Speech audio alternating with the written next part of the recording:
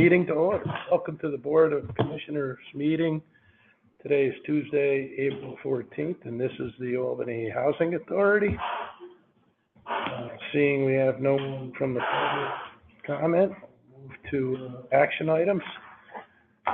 Motion to approve the March 10th, 2026 Albany Housing Authority Board of Commissioners meeting minutes. Motion made. Second? Second. All in favor? Aye. Motion approved. Item number 04-26-17, resolution adopting the 2026 annual plan and approving its submission to the United States Department of Housing and Urban Development. Thank you, Chairman. This is our annual submission that we do every year in preparation for the annual fiscal year of 2026 to 2027. I believe back in March, you may have received a copy of the plan. This is just the final product and ready for submission for April 17th as our deadline. Any questions, comments, or concerns? Motion to approve. Motion made. Second. Second. All in favor? Aye. Motion approved. Item number 04-26-18, resolution approving the sale of 231 and 233 South Pearl Street in the city of Albany. Yes, this 231 and 233 South Pearl Street, if you go up, well, if you go outside the front of our building, across the street, it is parking lot A. That is the one closest to, I don't know that building, I think it was an Esquire City Mission, but there's a little office between there. Yes, that is correct. That parking lot has been out of commission for probably now going on 10 years. Maybe, yeah, approximately. Probably, yeah. Yeah, we put planters about 6 years ago in front to keep people from pulling in there. But we have not used that parking lot, and so it has no use for the Housing Authority, other than costing us money to maintain it, so. Any questions, comments, or concerns? The buyer, do you have any idea what the person plans on doing? My understanding is that, I believe I'm not sure if it's in here, go ahead. My recollection was that it was likely actually going to be Donated to the mission, I believe. Because if you look at that parking lot there, they have surrounding land. It's very awkward in terms of where it sits in comparison to their land as well. So, thank you, Brian. Other questions? No, as long as So it's being donated to the city mission? I have no idea. We're not donating it. It's being purchased from us. Commissioner Kelly asked whether or not we had an idea of what the intentions of the buyer was. Yeah, so we're selling it for $40,000. Yeah. And our understanding is, yeah, it's pretty good. They haven't committed to it, but what we've been told is that it's likely going to be donated to the mission. As long as the residents don't have a problem with the city mission, but that's not on us, that's on them. I agree it should go. It's kind of a dangerous spot, to be quite honest, for us to be holding it. Yes. It's a risk. It's a bad property to have. Yeah, for sure. I'm glad we got a buyer. Mm-hmm. And at that price, it's really, really awesome. We were selling lots for $100 when it was on the land bank. So that's a $39,800 profit. Mm-hmm. So anyway, that's my 2 cents. Further questions? Motion to approve the sale. I get a second. All in favor? Aye. Motion approved. Item number 04-26-19, resolution approving contract with Mid-State Industries Limited for exterior staircase work at Swan Street Homes. Really not much to add, other than the need to repair the stairs for safety reasons. Seems self-explanatory. Yeah. Yeah, it is. Any questions, comments, concerns? Motion to, second, Aye. favor? Aye. Hey, good afternoon, sir.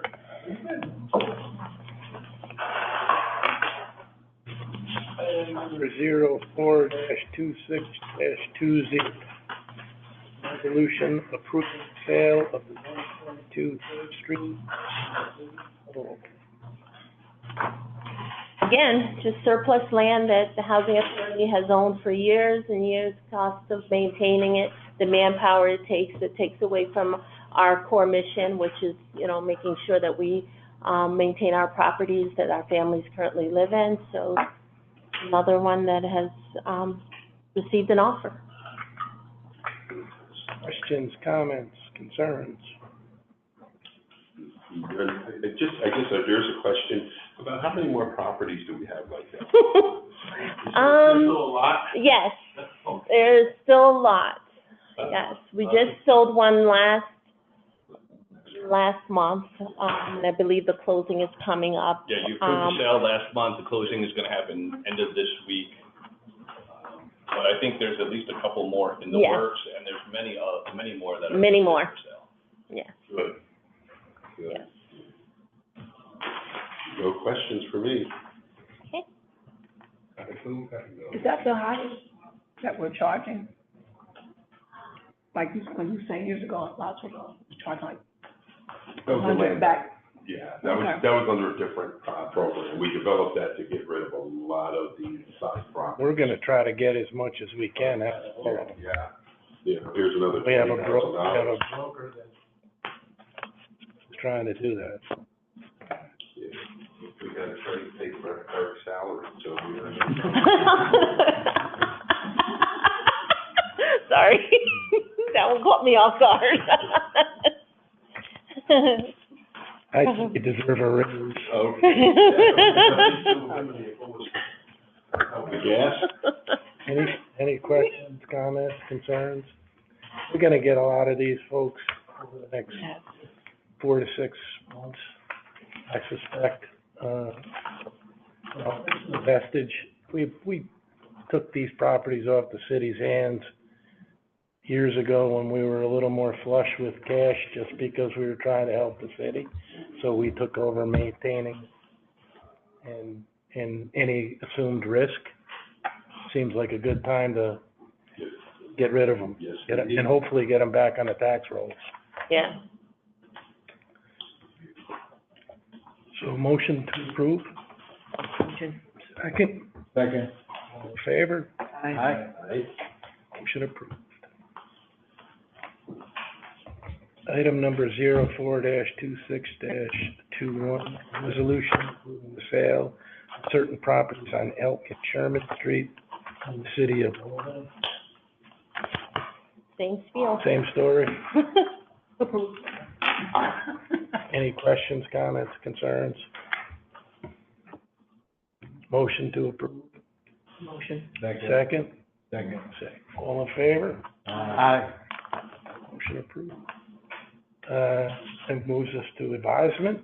We have support services update.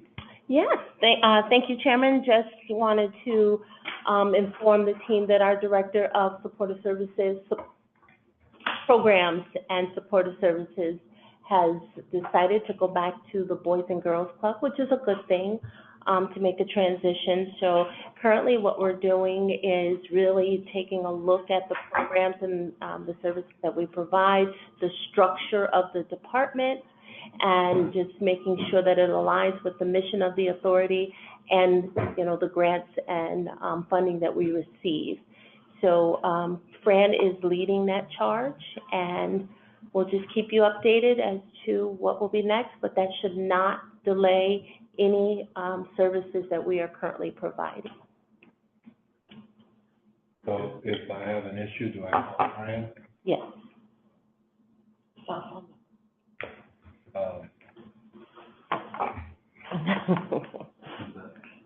call, Yes. Yes, that's once a week. Do you have it? Oh, how was that? It's pre-planned issues. If there ain't an issue, you're gonna make one. But I'm normally the biggest supporter. Yes. You are, you do a lot. So I just on record. I work closely. Maybe that's why he left. No, I'm just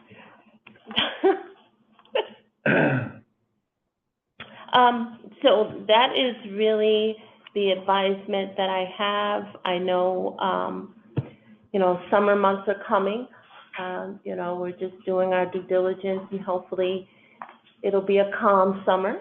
But as we move forward in the warmer months, you'll start to see landscaping and, obviously more foot traffic on the properties, which requires more maintenance as well.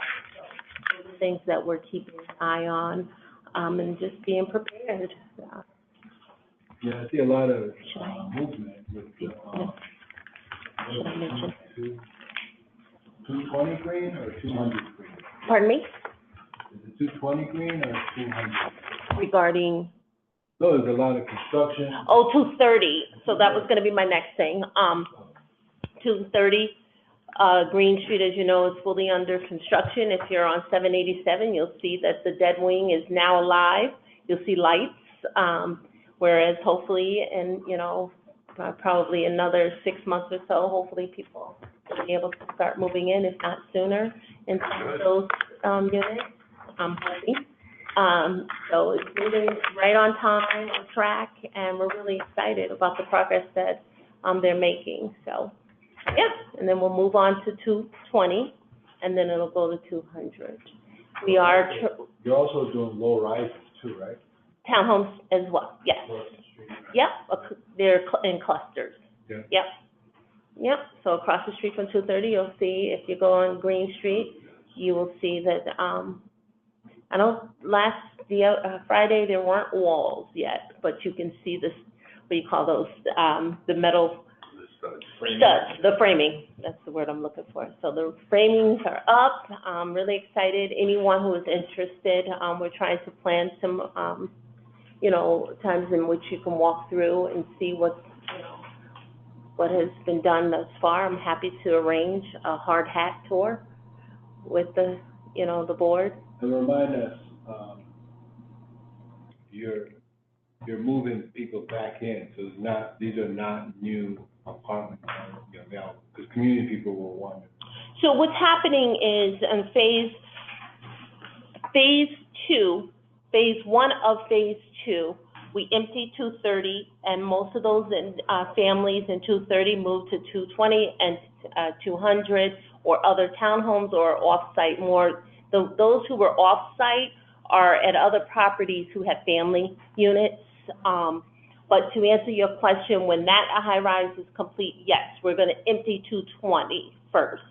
And then if anyone is going to come off of the waiting list, that will happen if there's any available units at 230, at 200, the last phase of phase two.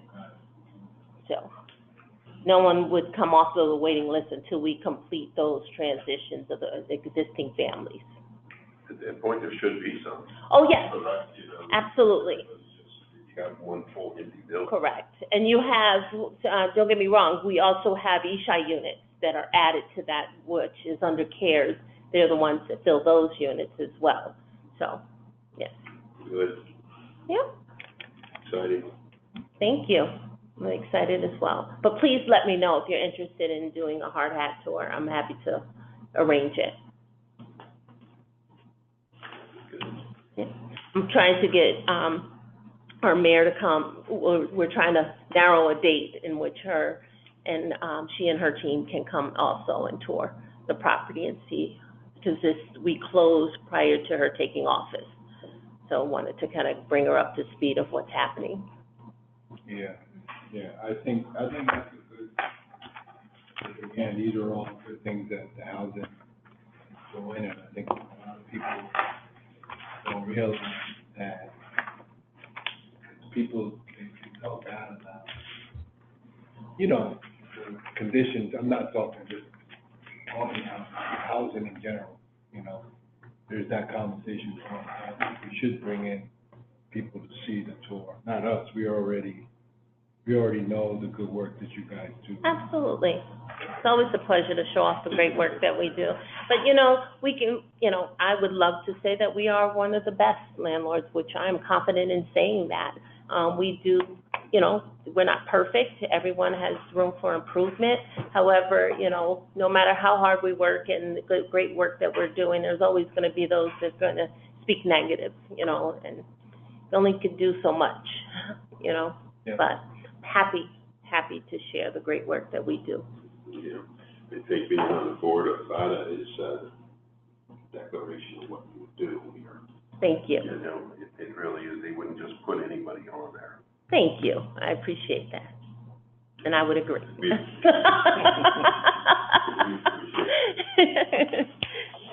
Update on federal funding. I did get an email today, which I can follow up with a email to the board. I don't have all the details necessary. Right now, there was some subsidy added as of this morning, which brought us up to 86%, but we're not necessarily clear on what that looks like until they run the numbers. So I didn't want to prematurely bring that up, but I appreciate your question. It's good news. Yes, so it did increase from there. So it's still lower than what we expected, but it's higher than what I originally reported. They're crunching the numbers now, so they literally just got it this morning. The goal is 100%, correct? The goal is 100%, but we haven't received 100% in over 20-something years. It's usually, you know, 98%, 90, and let's say, I want to say back in, was it 2015 or something? It was 80%? Yeah. Don't hold me to those years, but approximately around that time. So it's been a long time since a housing authority has received 100% subsidy. Got it. Yeah. But it's never gotten that low in the 70s. This was since I've been here, so. And going back to construction, tied into that same question, with all the construction going on, is the pricing of materials? Yes, Increase. everything has increased, yes, Generally, there's 100%. that And, you put into that, pardon me? cover increases, generally 10%. We, always, you know, do forecasting whenever you do these types of, projections. And some things are, you know, you just can't, you know, determine what the cost is going to be until you actually order, you know, particular material or appliance, et cetera. So you never know, but we do try to ensure that we have that variance that allows us for that increase. So there's anticipation of that. But I will tell you that, you know, during the talks and discussions of tariffs, when it initially happened, even though some of that was not in place, I can tell you that the skyrocketing costs overnight, whether it was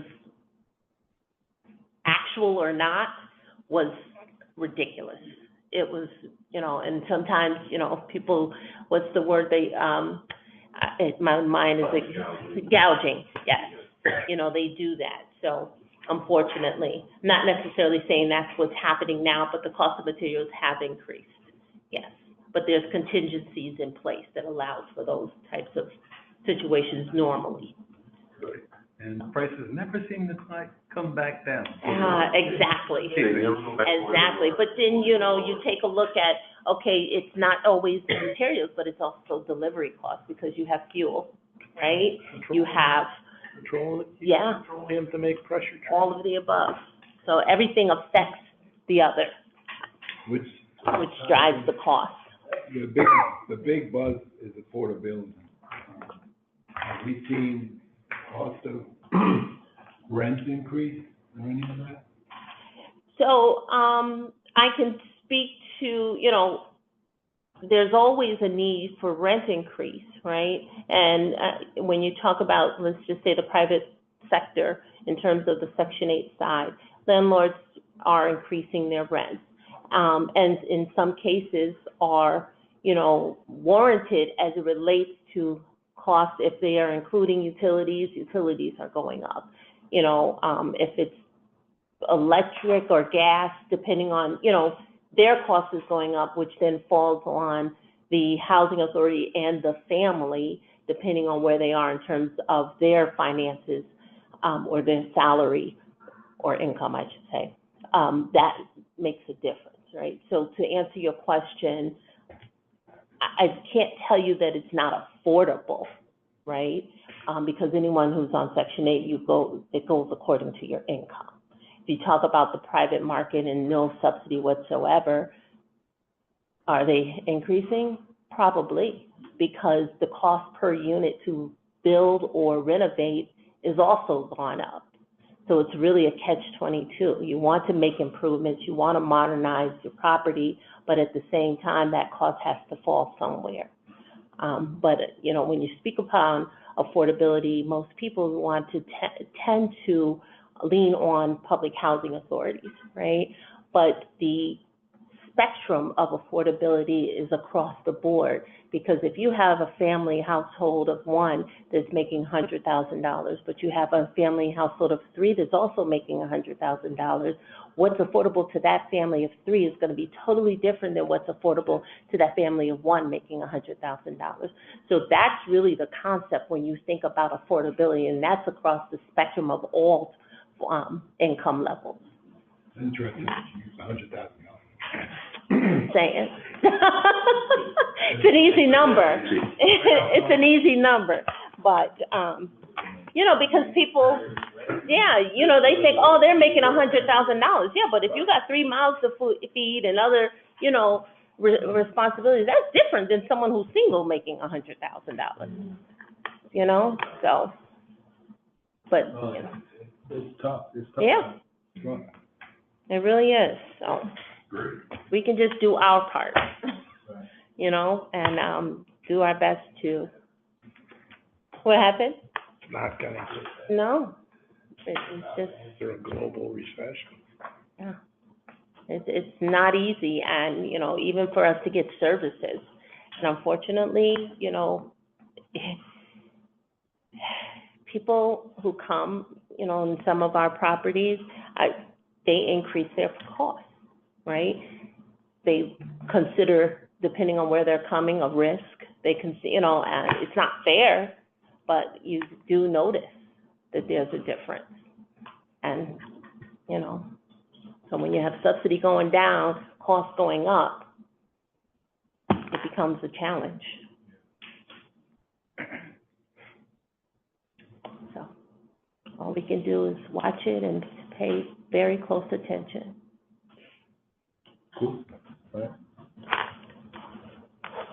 That concludes my advisement section. Anybody else have any questions, comments, or concerns today? I know that we'll continue to do our summer meetings and those kind of things too. We are really taking a look at that as well, because over the past most recent 2 years, more than any, it has been very difficult for us to operate because we can't find servicers with drivers.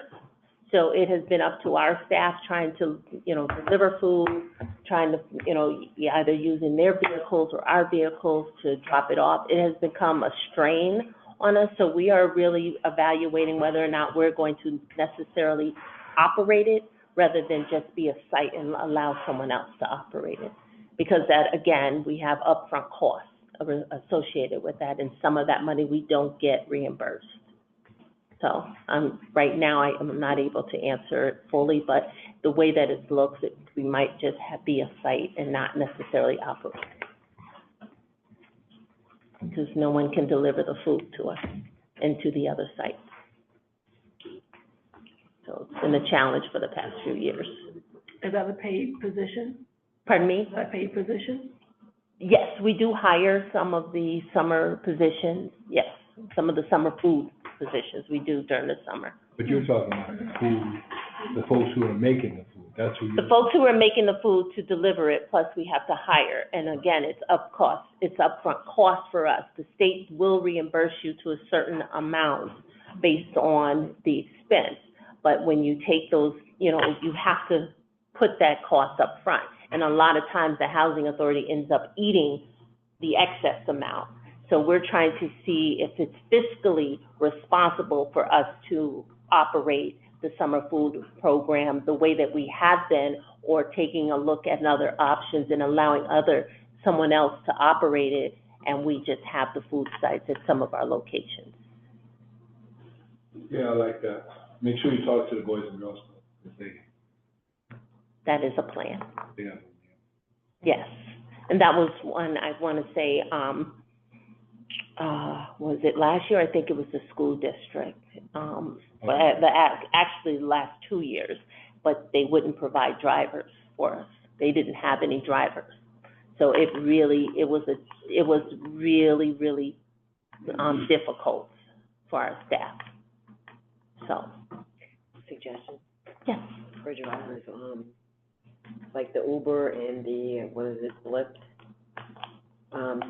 See if you can reach out to whoever runs it in this area Mhm. and, have the drivers donate some of their time as a tax write-off.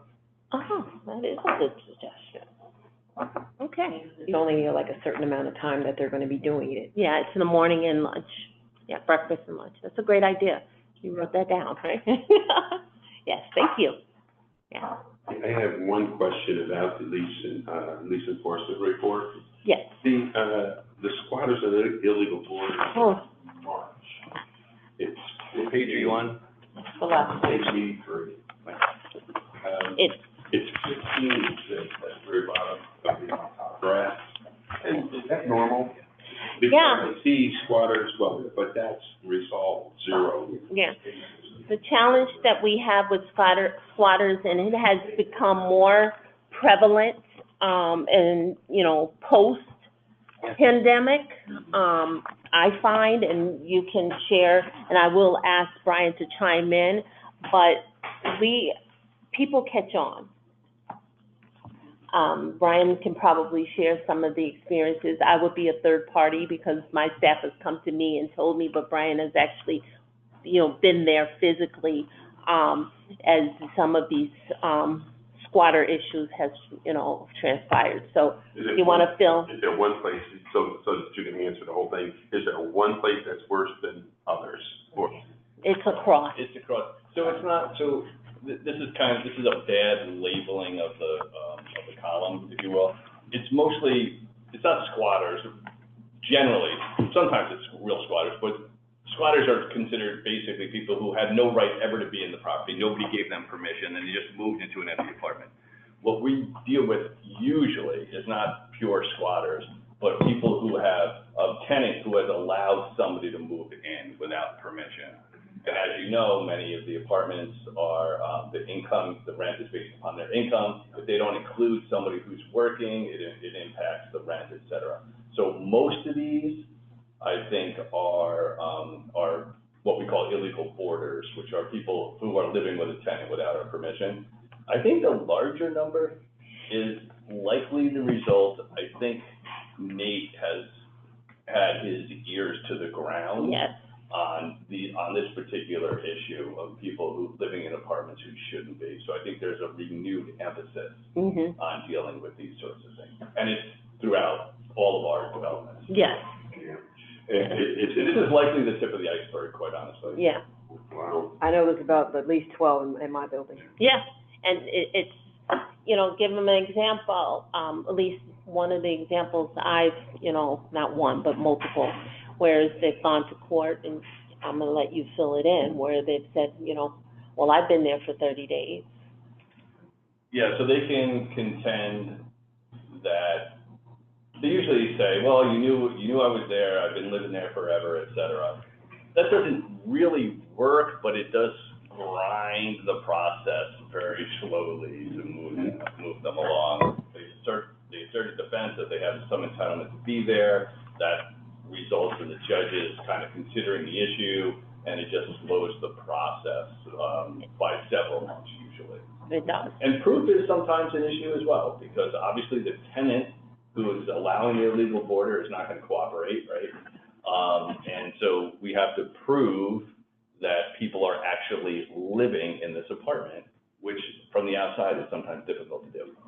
Yeah. Maybe we can, take that particular category and make squatters and then illegal boarders so that we can really know which is which. You know, it's not. Separate it out so that you have more clarity. I can ask him to do that. That way we know who's doing what and which is which. Yeah. Until that happens, you can pretty much guarantee that They're 99% of them are illegal boarders. Yeah. And also, if, say, someone's relative let them live there and the person passed away, Yep, that's a squatter.